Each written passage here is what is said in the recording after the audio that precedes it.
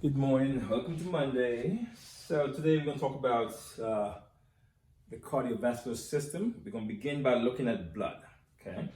And then we'll go into how the heart works on some later snips, bits of recordings.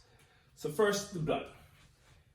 If you took your blood and spun it down in a tube, in a centrifuge, you will separate the blood into two main parts. You'll have an upper part and a lower part. Okay, the upper part is what we call your plasma, and the lower part here is what we call your formed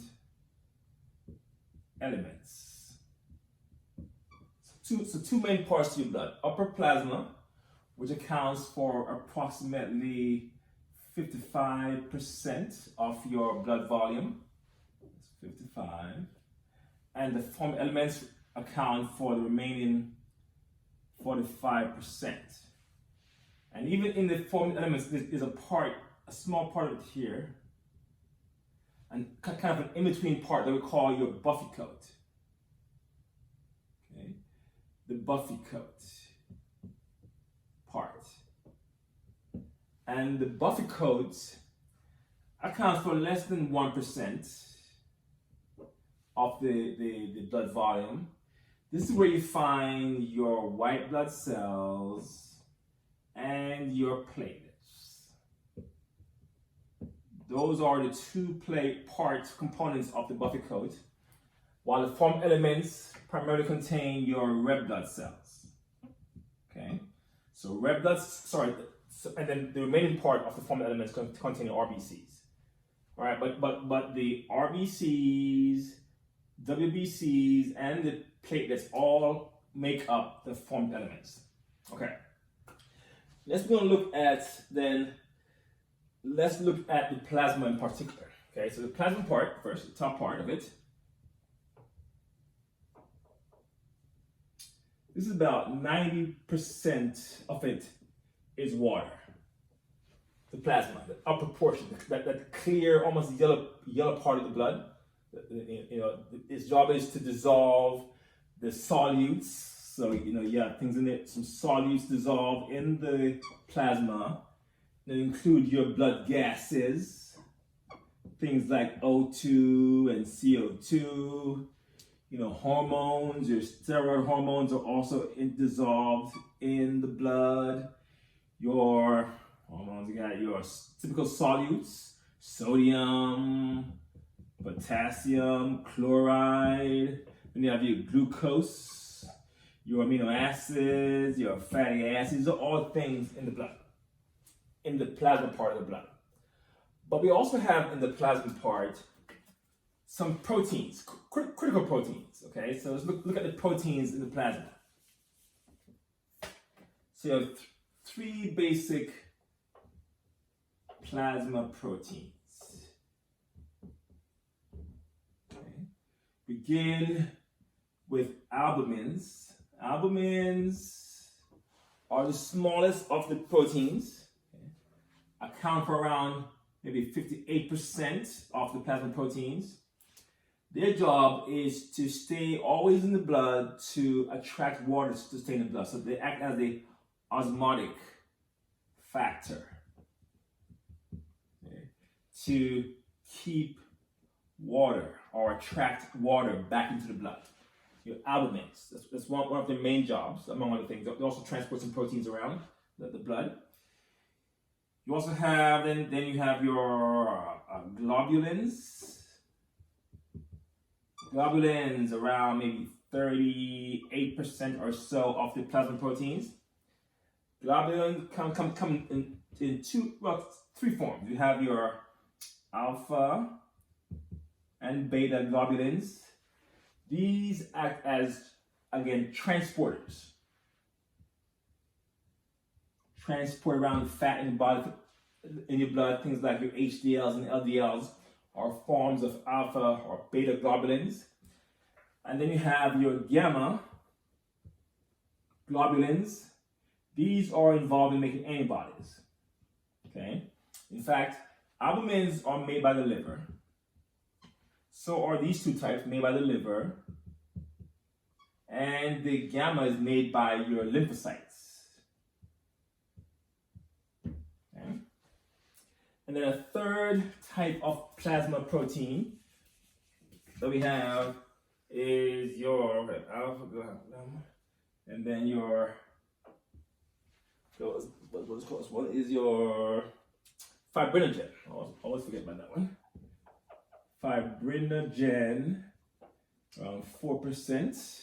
This is used mostly, in fact, almost exclusively to clot blood vessels. Whenever there's a broken blood vessel, it's involved in forming that fibrin clot to seal it off from leaking. Okay, so please know these three types of plasma proteins and what their main roles are: albumins, globulins, and fibrinogen. All right, we'll keep going, and then start to look at the formed elements inside the blood. So let's erase this one and take a quick look at red blood cells. So we just did the plasma proteins, or we just looked at the plasma part of the blood, the upper portion, the clear portion of the blood. Now we're going into the formed elements part, and let's look at your RBCs, your red blood cells, also called your erythrocytes. Okay. These RBCs, they have some interesting features about them. One, they have no nucleus or mitochondria, which means they cannot make ATP to survive for long. And so they last for about 120 days. That's their lifespan. After which they're removed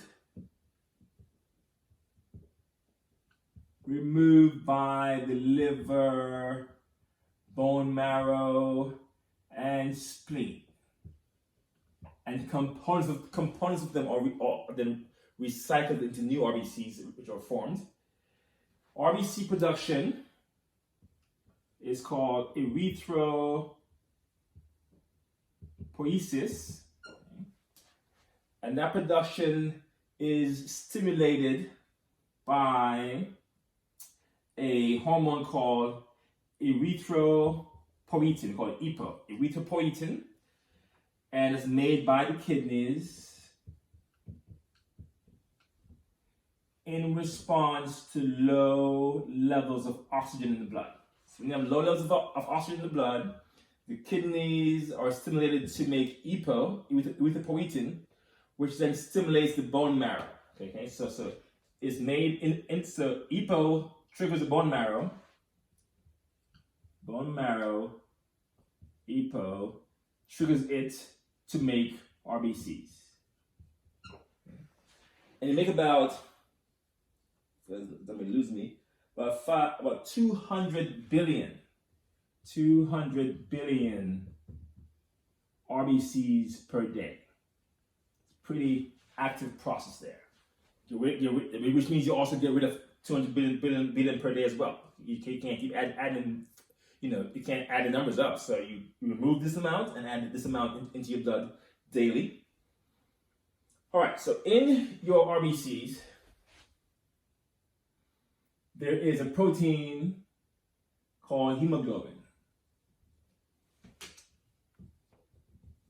This is the protein in RBCs that bind to oxygen. Bind and transport oxygen. Okay. Your hemoglobin, it has in it an iron containing part called the heme group. That is the part of the hemoglobin that can bind to oxygen and hold on to it. So oxygen cannot be allowed to be free in the blood. It's very reactive. So you have to kind of keep it bound to something and hidden away and only released when appropriate, which is normally in the mitochondria, where its job is to accept electrons from your electron transport chain, something that we'll discuss later. Okay. All right, what else do we want to talk about here? Also for hemoglobin, well, for RBCs, there is a measurement that we take to get an idea of how healthy you are, or how, if you have an appropriate amount of RBCs in the blood. So that measurement is called your hematocrit. Your hematocrit is the ratio of RBC volume to total blood volume. Okay, and written in percentages. So typically for females, this value is around 36 to 46%. That's a normal hematocrit value. For males, it's slightly higher, and it's around 41 to 53%. So these are, so whenever we do a blood analysis for, say, for patients, we'll look for things like this.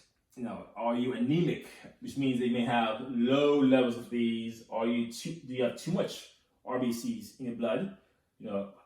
Something called polycythemia, where in this case it may be too high. If it's too low, that means you don't have enough oxygen carrying capacity. If it's too high, it's too thick. So you want to keep it in the right range to be, healthy. Okay, we'll pause there.